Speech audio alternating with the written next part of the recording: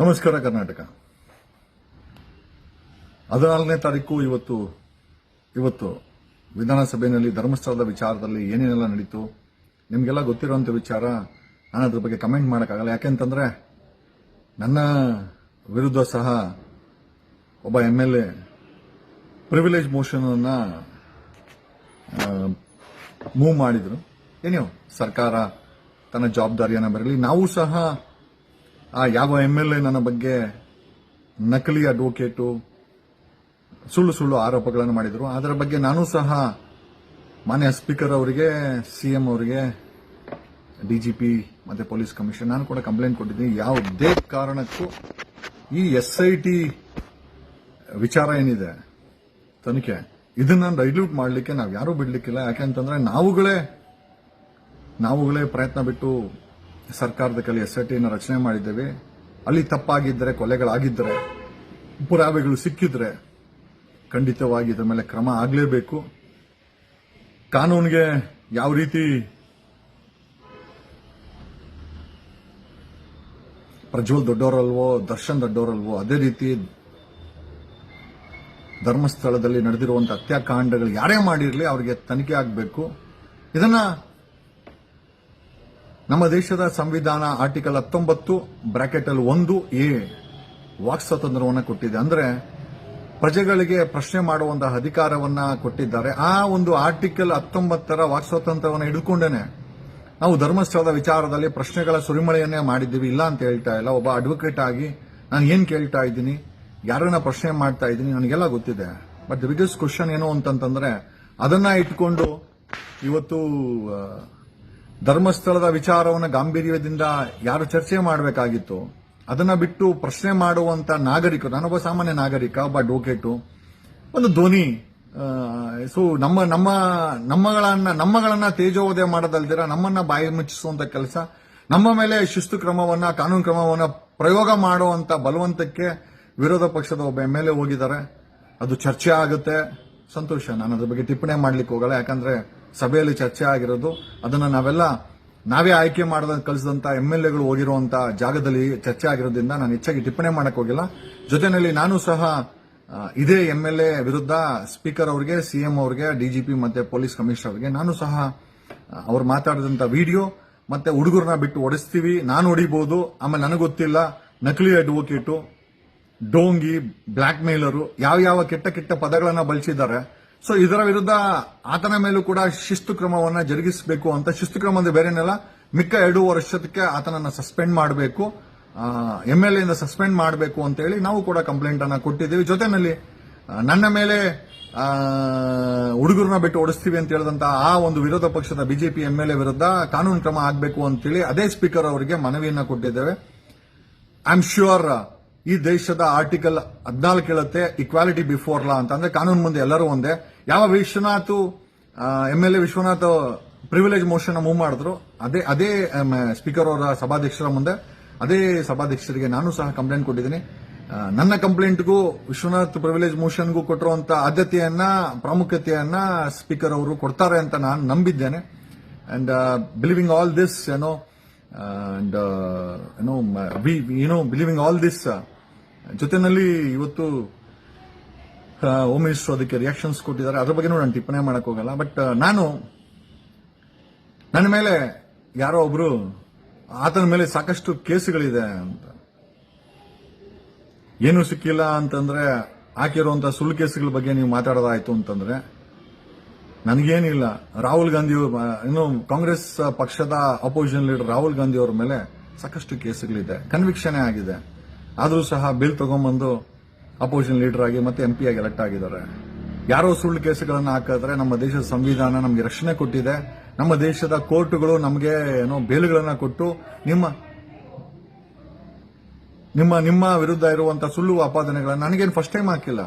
2011ರಲ್ಲಿ ನನಗೆ R. ಅಶೋಕ್ ಅವರ ವಿರುದ್ಧ ನಾನು ಲೋಕಾಯುಕ್ತ ಕಂಪ್ಲೇಂಟ್ ಕೊಟ್ಟಾಗ 14 ಕೇಸುಗಳನ್ನು ಹಾಕಿದ್ರು. 2012ರಲ್ಲಿ ಇದೇ ಕೊಡಿಗೇರಿ ಪೊಲೀಸ್ ಸ್ಟೇಷನ್ ನಲ್ಲಿ 2015 ಒಟ್ಟಿಗೆ ನಾನೇ ವಾದ ಮಾಡಿ ಎಲ್ಲಾ ಕೇಸುಗಳಿಂದ ಡಿಸ್ಚಾರ್ಜ್ ಆದೆ. ಕೇಸುಗಳು ನನ್ನ ಮೇಲೆ ಸುಳ್ಳು ಕೇಸುಗಳು ಹಾಕಿರೋದು ನನ್ನ ಮೇಲೆ ಏನು ಹೊಸದೇನಲ್ಲ. ಏನೋ ಅವ್ರು ಮಾತಾಡ್ಕೊಳ್ಳಿ, ಅದಕ್ಕೆ ಉತ್ತರ ಅಕಸ್ಮಾತ್ ಕಾನೂನುಬದ್ಧವಾಗಿಲ್ಲ ಅಂತಂದ್ರೆ, ಸಂವಿಧಾನಿಕ ವಿರೋಧವಾಗಿತ್ತು ಅಂತಂದ್ರೆ ಡೆಫಿನೆಟ್ ಆಗಿ ಆ ಆದೇಶಗಳನ್ನ ನಾವು ಖಂಡಿತವಾಗಿ ಹೈಕೋರ್ಟ್ ಮತ್ತೆ ಸುಪ್ರೀಂ ಕೋರ್ಟ್ ಮುಂದೆ ಚಾಲೆಂಜ್ ಮಾಡ್ತೀವಿ.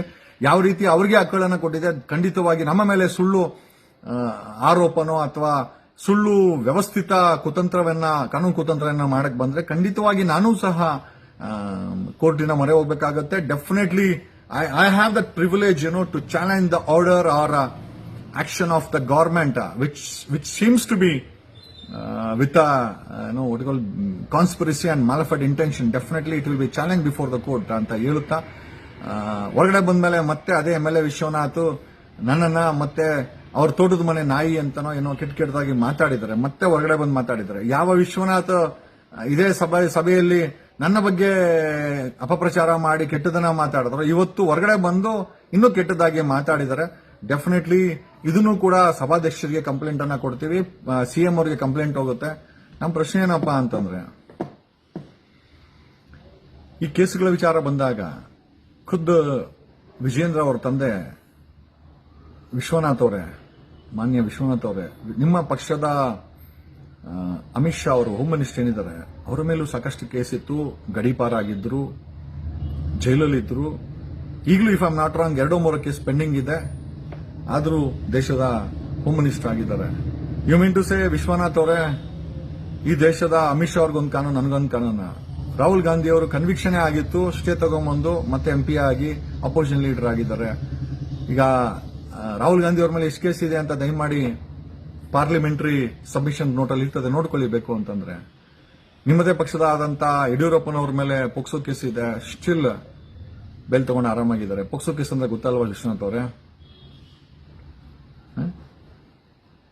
ನಾಗೇಂದ್ರ 46 ಅತಿ ಹೆಚ್ಚು ಕೇಸ್ ಇರುವಂತ MLA ಮಿನಿಸ್ಟರ್ ಅಂತಂದ್ರೆ ನಾಗೇಂದ್ರ. ಅವ್ರ ಮೇಲೆ 46ಕ್ಕೂ ಹೆಚ್ಚು ಕೇಸುಗಳಿದೆ. ಮೊನ್ನೆ ಜನಾರ್ದನ್ ರೆಡ್ಡಿ ಅವರಿಗೆ ಕನ್ವಿಕ್ಷನ್ ಆಯ್ತು, ಬೇಲ್ ತಗೊಂಡು ಹೊರಗಡೆ ಬಂದಿದ್ದಾರೆ.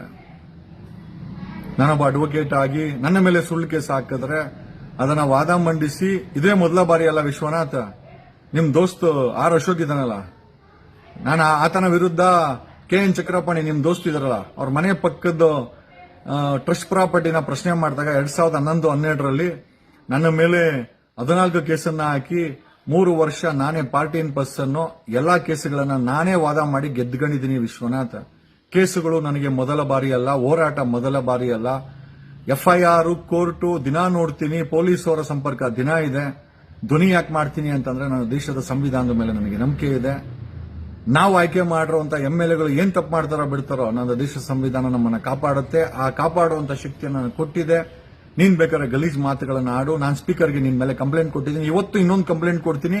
ಈಚೆ ಬಂದು ನನ್ನ ಇಮೇಜ್ ಅನ್ನ ಮತ್ತೆ ಡ್ಯಾಮೇಜ್ ಮಾಡಿದ್ಯಾ, ಮತ್ತೆ ಇನ್ನೊಂದು ಕಂಪ್ಲೇಂಟ್ ಅನ್ನ ಕೊಡ್ತೀನಿ. ಡೆಫಿನೆಟ್ಲಿ ಇವತ್ತು ಬೀದಿನಲ್ಲಿ ತಾವು ಹೇಳಿರೋ ಸ್ಟೇಟ್ಮೆಂಟ್ ಅನ್ನ ಕೊಡ್ತೀನಿ. ಆಮೇಲೆ ಅಮಿತ್ ಶಾ ಅವ್ರ ಮೇಲೆ ಕೇಸುಗಳಿದೆ. ನಾನು ರಾಜ್ಯದ ಹೋಮ್ ಮಿನಿಸ್ಟರ್ ಸದನದಲ್ಲಿ ಮಾತಾಡಬೇಕಾದ್ರೆ ಅವನು ಇವನು ಅಂತ ಪ್ರಸ್ತಾವ ಮಾಡಿದ್ದಾರೆ. ಕ್ಷಮೆ ಇರಲಿ ಹೋಮ್ ಮಿನಿಸ್ಟರೇ, ಈ ದೇಶದ ನಾಗರಿಕ ನಾನು, ಈ ಕರ್ನಾಟಕದ ಸಿಟಿಸನ್ ನಾನು. 6 ಕೋಟಿ ಕನ್ನಡಿಗರು ನಿಮಗೆ ವೋಟ್ ಹಾಕಿದ್ರೆ ಕಾಂಗ್ರೆಸ್ ಸರ್ಕಾರ ಆಗುತ್ತೆ, ಬಿಜೆಪಿ ಸರ್ಕಾರ ಆಗುತ್ತೆ. ಕನಿಷ್ಠ ಮಾನದಂಡಗಳನ್ನಾದ್ರೂ ಆ ದೇವಸ್ಥಾನದಲ್ಲಿ ನೀವು ಸಾಮಾನ್ಯ ಜನರ ಬಗ್ಗೆ ಶ್ರೀ KN ಜಗದೀಶ್ ಕುಮಾರ್ ಅಂತ ಹೇಳಿದ್ರೆ ತುಂಬಾ ಒಳ್ಳೇದು. ನೀವು ಆ ನಡವಳಿಕೆಯನ್ನ ಎಷ್ಟು ಚೀಪ್ ಆಗಿ ತೋರಿಸಿದ್ರ ನಮ್ಗೆ ಗೊತ್ತಾಗತ್ತೆ. ಅವನು ಇವನು ಅಂತ ಪ್ರಸ್ತಾವ ಮಾಡಿದಾರೆ ಹೋಮ್ ಮಿನಿಸ್ಟರ್.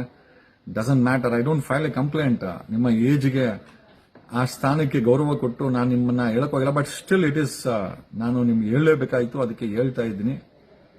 ಸದನದ ನಡವಳಿಕೆಯಲ್ಲಿ ತಾವು ಅವನ ಬಗ್ಗೆ ಮಾತಾಡಕ್ ಹೋಗ್ಬಿಡಿ. ಅಲ್ಲ, ನೀವು ಕ್ರಮ ಜರುಗಿಸ್ಬೇಕಾದ್ರೆ ಅದು ಬೇರೆ ವಿಚಾರ. ಬೇರೆ ವಿಚಾರ. ಈಗ ನಿಮ್ಮ ಮೇಲೆ ಇಡಿ ಅವ್ರು ನೋಟಿಸ್ ಕೊಟ್ರು,